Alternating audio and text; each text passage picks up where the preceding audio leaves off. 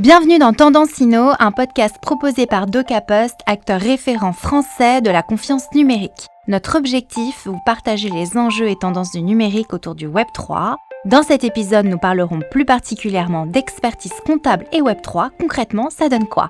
Nous sommes Marina Dato et Alex Wattenberg, cofondatrices de Wagmi Trends.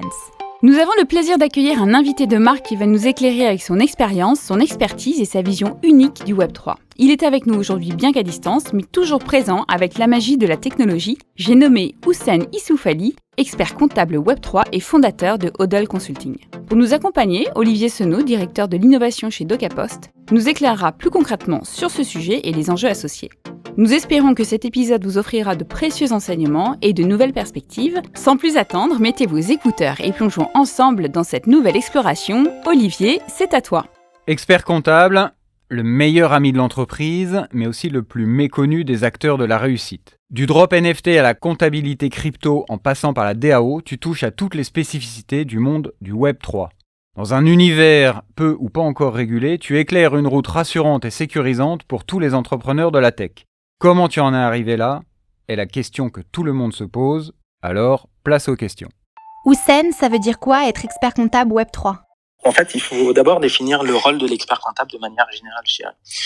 En fait, l'expert comptable, il est garant de l'information financière, il est le bras droit du dirigeant et il accompagne en fait au quotidien dans ses décisions stratégiques. Je te donne des cas pratiques, par exemple, est-ce qu'il faut embaucher plutôt que de prendre un freelance ? Est-ce que je prends un véhicule en leasing ou plutôt que je l'achète ? Ou encore, est-ce que j'acquiers des bureaux directement depuis ma société d'exploitation ou je passe par une société de holding, etc., etc.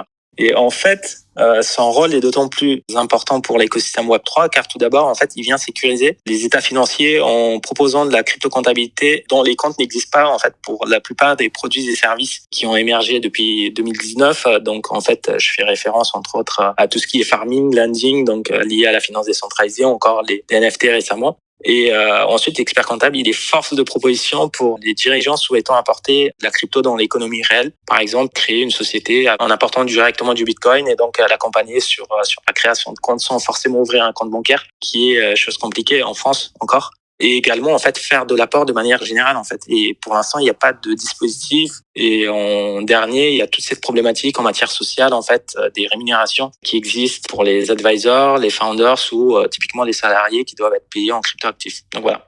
Houssen, peux-tu nous expliquer quels sont les enjeux de facturation dans le Web3 ? Dans l'immobilier, par exemple, si j'achète un land dans un métaverse, en crypto ou encore dans les DAO ou organisations autonomes ? En fait, aujourd'hui, la facture est un élément de preuve d'une opération commerciale et donc a une valeur juridique qui est assez importante, d'autant plus avec le caractère obligatoire de la facturation électronique à compter du juillet 2024. Dans notre accompagnement, en fait, Web3, c'est aujourd'hui l'une des plus grosses difficultés que l'on rencontre, en fait. Par exemple, lorsqu'on fait une transaction sur un protocole de la finance décentralisée, on paye des frais de réseau qui sont appelés gas fees et pour pouvoir les déduire en comptabilité, on est censé avoir une facture avec ces mentions obligatoires. Or, on reçoit pour la plupart du temps de nos clients, en fait, des copies écran de la blockchain Explorer qui aujourd'hui, en fait, vis-à-vis de l'administration, n'est pas une facture. Côté DAO, on a également cette problématique que ce soit de la facturation et même cette difficulté en fait sur la question de la territorialité de la DAO qu'on ne connaît pas. Et aujourd'hui, moi par exemple, j'ai un client sur lequel on échange depuis quasiment un an avec l'administration fiscale sur cette question de territorialité parce que nous on pense qu'il faut pas appliquer la TVA alors que voilà, ils nous demandent de justifier ces cas-là. Côté métavers, par exemple, aujourd'hui, si je devais prendre l'exemple de Sandbox, qui vend des parcelles de terrain virtuels, aujourd'hui, ils sont pas en mesure d'établir une facture car souvent en face, c'est un wallet non identifié qui achète le DAM. Je pense qu'à mon sens, l'administration n'aura d'autre choix que de s'adapter à ces nouveaux moyens justificatifs ou alors obligeront du moins les entités françaises à mettre en place des mesures d'identification du client appelé KYC et donc de transmettre des justificatifs en bonne et due forme. En 2030, selon toi, comment aura évolué le monde de la comptabilité ? Grande question.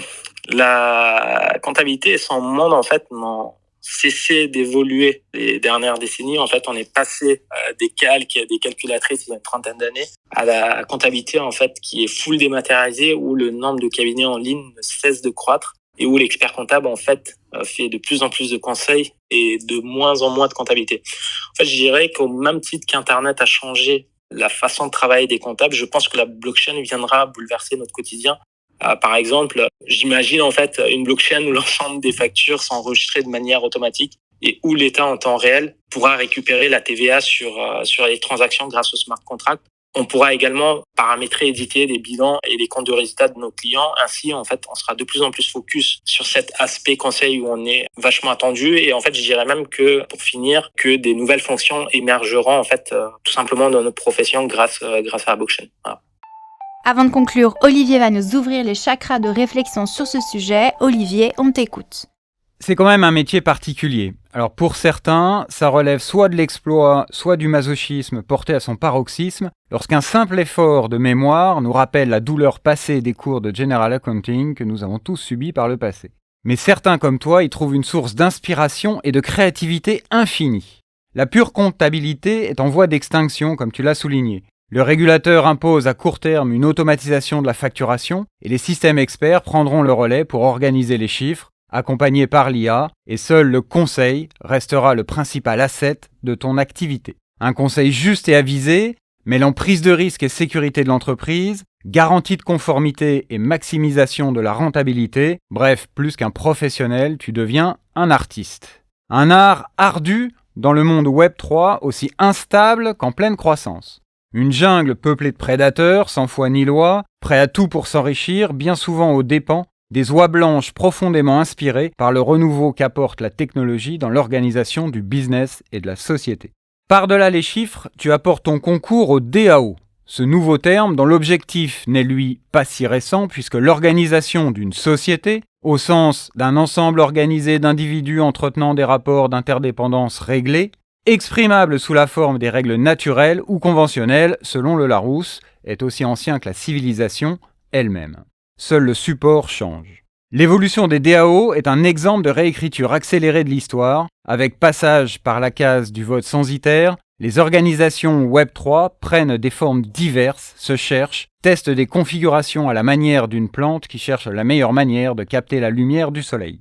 En véritable architecte intellectuel des fondations de la société 3.0, l'expert comptable incarne à lui seul la mutation en cours et à marche forcée des métiers et par ricochet de la société.